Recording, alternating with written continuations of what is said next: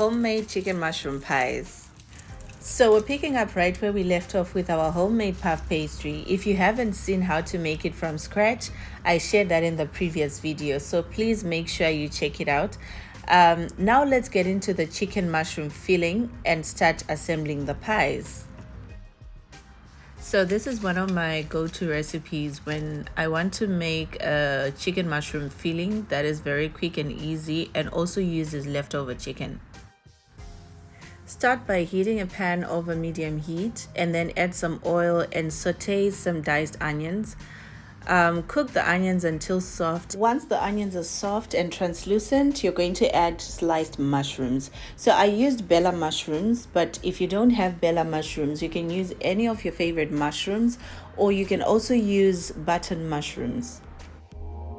Stir and cook for a few minutes until the mushrooms soften and release their moisture before sprinkling 1 heaped teaspoon of flour. Mix it in well so the flour coats everything evenly.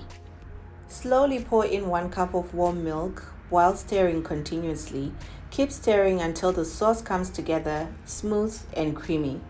So you can also use heavy cream, cooking cream, or those mushroom soup mixes. And then just season with salt and pepper, garlic powder, onion powder, Portuguese chicken spice, and Italian seasoning. And you can also add any of your favorite seasonings. You don't have to use the exact same ones that I used. Bring the sauce to a gentle simmer until it's nice and thick, and then add 2 cups of shredded chicken or leftover roast chicken. Stir everything together until well combined. Once the filling is ready, remove it from the heat and allow it to cool completely before using it in the pastry.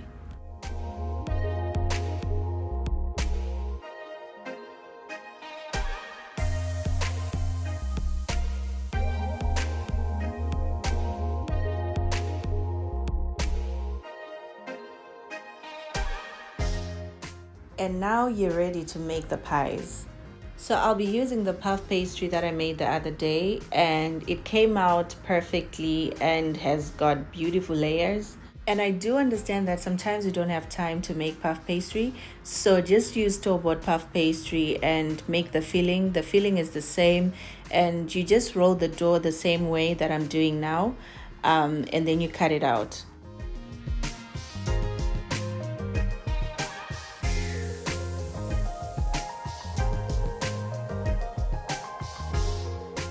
So after rolling out the puff pastry evenly, cut the pastry into equal sized squares or rectangles.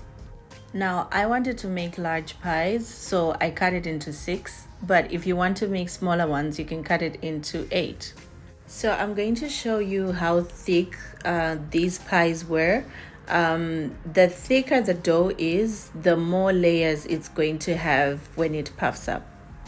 This is the thickness that I prefer to use for the pies because it always gives me puffy layers. It always gives me good results.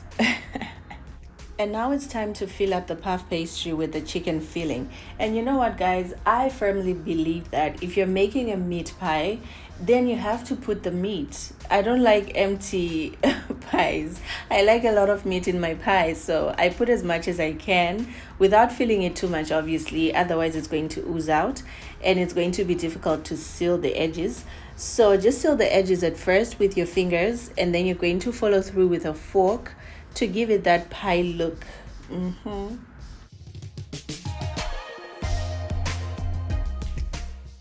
And this is how the pie looks, and it's puffed up with lots of meat. Once you're done putting the pies together, you're going to put them in a baking tray that is lined with parchment paper, and you're going to brush them with egg wash. So if you don't take eggs, you can use milk or you can use heavy cream. And then just bake in a preheated oven at 200 degrees Celsius or 400 degrees Fahrenheit for 20 minutes or until golden and all puffed up. And this, my friends, is how I make homemade pies. I hope you're going to try them, and I hope you do enjoy them. Bon appetit!